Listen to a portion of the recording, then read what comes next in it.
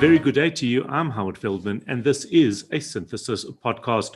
Joining me this morning is Chipo Mushwana, who is the Nedbank's Executive of Emerging Payments. A very good day to you. How are you? I'm very well, thank you, Howard, and it's so good to be back here with you once again. Nice to be chatting to you. So since we spoke last, wow, South Africa has been through all sorts of stuff. That's what we seem to do, right? We go in these cycles, we bring ourselves to the point that we say, gosh, this is all hopeless. And then we surprise ourselves and we show what we're made of. Take me through your feelings and your understanding of the last couple of weeks in this country. So it's a very difficult time for everybody. And I think the reality of everybody in South Africa now is one where we are asking ourselves a very critical question around how do we move forward? And most importantly, how do we rebuild better for the future? Because no doubt what has happened over the last couple of weeks has been indicative of some of the underlying issues that we have in our country. And I think it's really everybody in the country has to sort of put their hands on deck, collective wisdom being brought together, and all of us sort of saying, let's rebuild.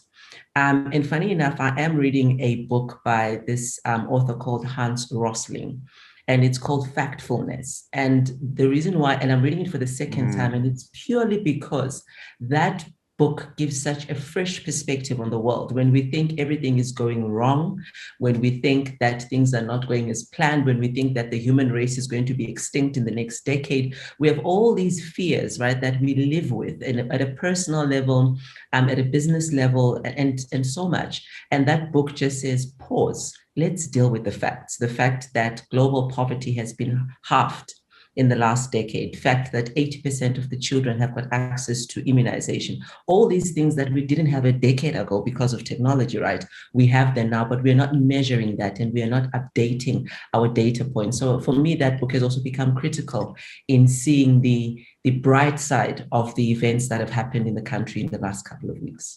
And I guess it gives you a little bit of a distance, maybe, because when we look into what's happened in South Africa, it's tremendous, because people often say to me, how bad things are. And I say, the fact that I can write a column every week for News 24 and say whatever I want to say about the government, provided obviously it's or whatever I'm challenging, I'm free to say it. And I don't live in fear of it.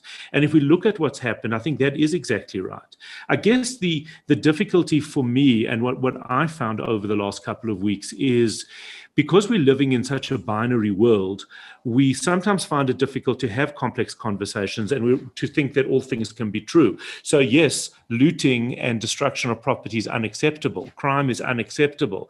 But at the same time, so is a level of poverty and lack of empowerment and education, and that could have exacerbated. All these things can be true. So by discussing some of the underlying causes, it doesn't mean we're negating the damage to property, what people have endured.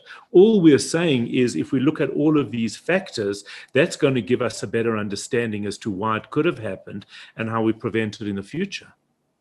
Exactly, and you're so right. And again, it touches on this book that says that is the problem, the fact that we have this binary view of the world and we are not able to stand in between and strike a balance.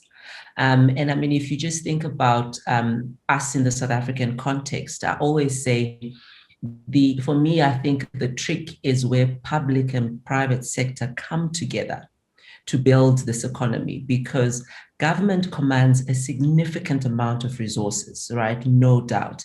And we've got private sector that is able to look outside of the borders of South Africa and be able to bring and attract foreign direct investment and wealth. And that put together, plus the great minds we have in this country, I mean, it's amazing. The opportunities are everywhere. I mean, I was talking to a friend over the weekend. I said, listen, I could relocate and go to Australia and go anywhere else. but it's pretty much standard. It's pretty much set in their ways. There's things that you know are going to happen, and there's certain institutions that are already at play. But if you look at the South African context, there is so many white spaces that we can participate in, that we can contribute towards as individuals, as corporate South Africa, all towards solving the socioeconomic challenges that we have. I mean, South Africa has been sitting with the highest Gini coefficient for a couple of years now. And that in itself should be concerning for everybody, because what that means is the distance between the rich and the poor is so much greater. I mean, 10 years ago, I think we were number 5 or so in the world, and now we are the first. We're number 1 in the world. That is very concerning, and we cannot ignore that. And I hope the events of the last couple of weeks are a wake-up call for all of us to say, listen, we cannot ignore this any longer. What is causing this rift between the rich and the poor, and how do we build a collective economy, a collective society that sees people benefiting along this long value chain, a very complex one for that matter, but one that we can build a future for our children and our children's children. That's essentially why we do what we do. Yeah. And in fact, what we saw as well was an incredible collaboration between, as you mentioned before, private and public. And we're seeing this as well. You know, yes, the vaccine rollout might have started off very, very slowly, but what we're seeing now is a magnificent collaboration between private and public. We've seen it with the whole COVID approach. We have, and I mean, even from the very beginning, I mean, I was part of a group called the League of Entrepreneurs, and it's hosted by the BMW Foundation. And we're handpicked from a couple of countries and would come together and talk. And I remember last year, the very beginning of the lockdown, I mean, South Africa, the way we just rallied behind the lockdown, the way everybody just sort of behaved and understood the nature of what was facing us, that for me was indicative of the spirit of South Africa and how we do things and how we just get things done. And it's no doubt the COVID program has turned out to be great. Yes, there were dark moments. We had our moments in the valley. We had moments when the infections were so high, and the deaths are still all around us. It's not to say we're not losing lives. It's not to say it's not complex, but it's refreshing because we are seeing that. We are seeing private sector, public sector, government, civil society, everybody coming together to say, listen, we have to approach this as a collective group, and we have to do what is right for South Africa. And I think that for me is so refreshing, and something that we should not take for granted. That is the true spirit of South Africa. And we're doing well in the Olympics, right, as well. Absolutely, so nothing wrong with that. A few good things going for us. It's not all doom and gloom. No, it certainly isn't. And in fact, a friend of mine from New York, I spoke to him after we had been through these, what was going on in specifically KwaZulu-Natal. And he said to me, and I can tell you the difference in, he's an American, he's not South African. And he says the difference between what we're seeing there, or what I'm telling him about here versus there, is here, the minute it was over, everybody was getting involved in trying to sort things out, whether people were sending food and pharmaceuticals, other people were going to areas that had been hard hit and helping to clean it up. And even if it was just symbolic, it was really, the message was very, very clear that South Africans are in this together. And it's not about one race group. It's not about one religion. It's not about anything like that. It's about being South African, which I think puts us very, very much ahead of the game if we have to compare, because that's the hardest thing, I think, to deal with. And that's the one challenge we actually don't have. I mean, yes, there are those that will try and profit by politicizing or turning things into that. And of course it's there. We know that. We can't ignore a past. But at the same time, the intention and I think the goodwill of South Africans is what sets us apart from anywhere in the world, really. And you're so right. It really, really does. And I think it baffles people because of how intricately complex the South African community as a country is, right? The types of people we have, the areas we have, and the sort of the legacy of apartheid that we live through every single day. You could look at that and just, like you say, prophesy doom and gloom and say it's all finished, there is no hope and there is no opportunity. But again, that is what South Africans do. It almost feels like in psychology, we used to call it a catharsis. We just go through this catharsis and we just like deal and release all these negative emotions and everything that's been annoying us. And once we're done, we're done. We don't go back and eat our vomit. We are like, okay, it's done and dusted.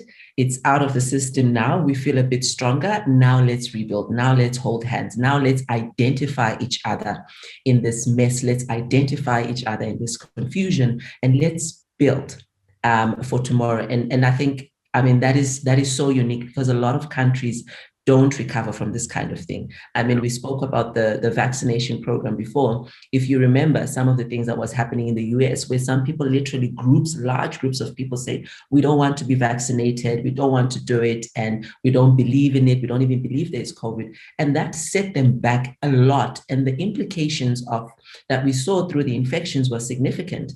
In South Africa, we do have anti-vaxxers, and they're allowed to stand their ground and be that. And that's the beauty of it. You can be an anti-vaxxer, but you can also say, listen, I want to be vaccinated because I truly believe in it. And like you're saying, we're allowed to take the content and the data points that are around us and are given the opportunity to make choices about our own personal lives. Therefore, we can collectively make choices that benefit our community and our society.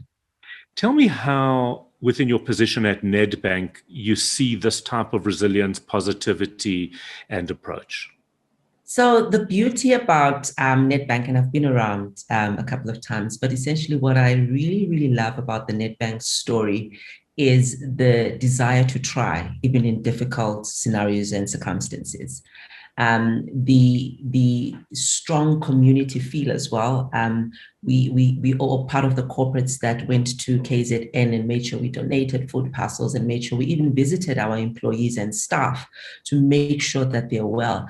But even that being said, I mean, if I just reflect back on the content of the conversations over the last couple of weeks in terms of innovations and things that we must bring to market quickly to address some of the questions that face the country now, is really what's great and awesome. I mean, in our last podcast, we did talk about tap on phone, and more as these things happen around us, you get to realize how critical and important some of these technologies actually are, right? We need to be able to put technology into the hands of people so that when they are faced with situations such as these, where they don't have access to cash, where they don't have access to digital payments, where they don't have access to retail, where they would normally, right, perform their economic activities. These are the technologies that we put in the palms of people's hands that enable them, and most importantly, empower them to be able to continue trading, but also ensure that their economies stay relevant and continue to thrive even in the midst of difficult situations and circumstances. So the tap on phone obviously being one example of it.